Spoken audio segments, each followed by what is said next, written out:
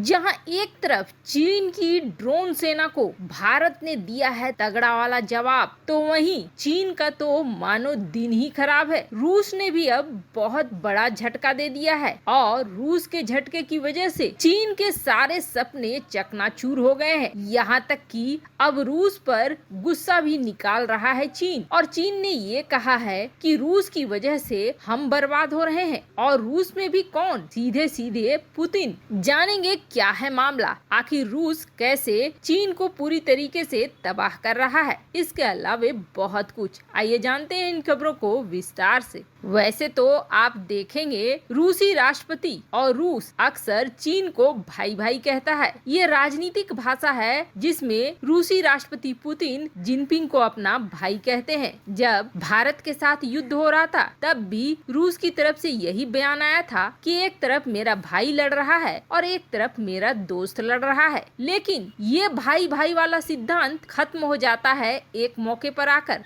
और रूस अपने इस भाई से बहुत चौकन्ना रहता है, क्योंकि रूस इस बात को बहुत अच्छे से समझ गया है कि ऐसा कोई सगा नहीं है जिसे चीन ने ठगा नहीं है। रूस अपने इस भाई से बहुत सावधान रहता है, क्योंकि उसे डर लगा रहता है कि चीन उसे भी ठग लेगा और धोखा देने में पीछे नहीं हटेगा। अब रूसी राष्ट्रपति व्लादिमीर पुतिन, जिनके बारे में वैसे तो मीडिया ये कहती है कि जिनपिंग के बहुत सहयोगी हैं, लेकिन जो नहीं जानते हैं वो जान ले। राष्ट्रपति बनने से पहले व्लादिमीर पुतिन प्रधानमंत्री थे, और रूस में प्रधानमंत्री की हैसियत होते हुए भी उनकी राष्ट्रपति से ज्यादा चलती थी और ज्यादा बनती थी। उस वक्त से ही राष्ट्रपति व्लादिमीर पुतिन ने ऐसे फैसले लिए जो चीन के पूरे खिलाफ थे, न कि चीन के साथ वाले। जब वो पीएम थे तब राष्ट्रपति को चीन के खिलाफ ही सलाह देते थे और यही कहते थे कि चीन से सावधान रहना। 2008 में पुराने राष्ट्रपति चले गए और 2009 में राष्ट्रपति पद पर व्लादिमीर पुतिन आए। व्लादिमीर पुतिन ने सत्ता संभालते ही सबसे पहले चीनी निवेशों को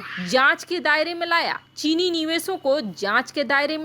अब जो भी पैसा चीन रूस में लगाता था उसकी जांच करवाने लगे व्लादिमीर पुतिन। तो वहीं दूसरा सबसे बड़ा एक्शन लिया टर्बो इंजन पर, चूँकि चीन बहुत कोशिश कर रहा था रूस से इंजन टेक्नोलॉजी लेने के लिए, जबकि व्लादिमीर पुतिन ने आते ही इस पर रोक लगानी शुरू कर दी। व्लादिमीर पुतिन के राष्ट्रपति बनने से ठीक पहले 2008 में ही पुराने राष्ट्रपति से चीन पूरी कोशिश कर रहा था टर्बो इंजन के मामले में दोनों देश पैसा लगाएं और टर्बो इंजन दोनों देशों का हो। पर पीएम व्लादिमीर पुतिन, जो उस समय पीएम थे, उन्होंने ऐसा होने नहीं दिया। पीएम रहते भी पुतिन ने चीन को इंजन तकनीक पाने से रोका, और राष्ट्रपति बनने के बाद तो पुतिन ने चीन को रोक ही दिया। अब जब राष्ट्रपति बनकर रुक गए, जब व्लादिमीर पुतिन राष्ट्रपति बने और चीन की दाल नहीं गली, तब चीन ने दूसरा तरीका अपनाना शुरू किया और यूक्रेन की मोटर सीच कंपनी पे कर दिया निवेश, और इसके लिए एक जाली फर्जी कंपनी बनाई। उस कंपनी के जरिए यूक्रेन की मोटर सीच कंपनी पर बहुत ज्यादा परसेंटेज शेयर के खरीद लिए, यानी करीब करीब मालिकाना हक ही खरीद लिया यूक्रेन की इस कंपनी का। और जैसे ही ये पता चला रूस को और व्लादिमीर पुतिन को, वैसे ही उन्होंने इस पे टांग अड़ा दिया। वैसे तो उस समय अमेरिका ने भी रूस की मदद की और मोटर सीच कंपनी को मना कर दिया, कई ऐसे नियम बनवा दिए जिसकी वजह से इसका अधिग्रहण नहीं कामयाब हो पाया। चीन को फिर भी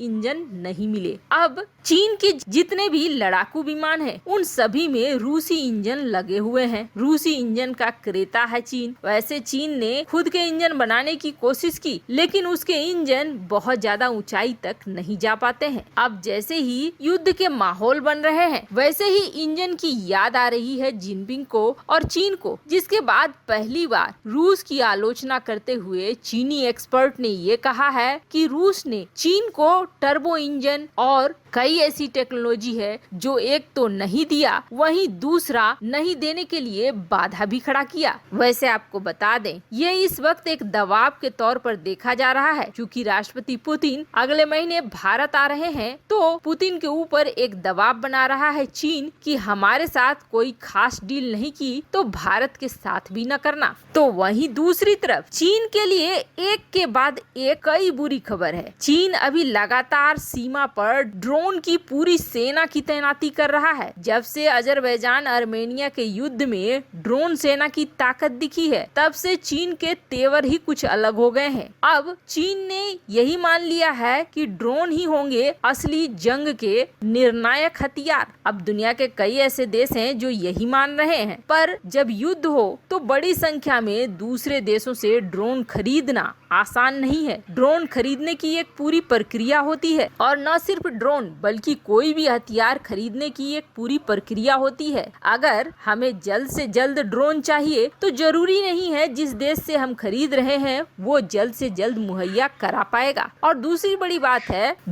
बात है जंग के समय मनमानी कीमत। जब देश जानते हैं कि सामने वाला देश जंग में है, ऐसे में वो कुछ भी लेने को तैयार हो जाएगा, तो मनमानी कीमत भी वसूलने की कोशिश होती है। ऐसे में बेहद जरूरी है कि अगर लंबे समय तक युद्ध में टिके रहना है और युद्ध जीतना है तो खुद के हथियार हो। अब चीन की तेजी से बढ़ती ड्रोन सेना से निपटने के लिए भारत ने भी अपने ब्रह्मास्त्र को अंतिम रूप दे दिया है। भारत ने रुस्तम 2 ड्रोन विमान के ऑटोमेटिक उड़ान और लैंडिंग का सफलतापूर्वक परीक्षण कर लिया है। भारत के इस ड्रोन विमान में सबसे बड़ी खासियत ये है कि इसको रास्ता दिखा रहा था भारत का गगन सैटेलाइट। अब तक जितने भी ड्रोन वगैरह हैं वो इस्तेमाल करते हैं अमेरिका के जीपीएस सिस्टम को, लेकिन ये पहली बार है जो भारत के अपने ही गगन सैटेलाइट का इस्तेमाल कर रहा है। रुस्तम 2 ड्रोन विमान, आपको बता दें, रुस्तम 2 ड्रोन लंबी दूरी तक खुफिया निगरानी करने में सक्षम है। इसमें एडवांस रेडार लगे हुए हैं, और बड़ी बात यह है कि ये ड्रोन दिन और रात दोनों में ही काम कर सकता है।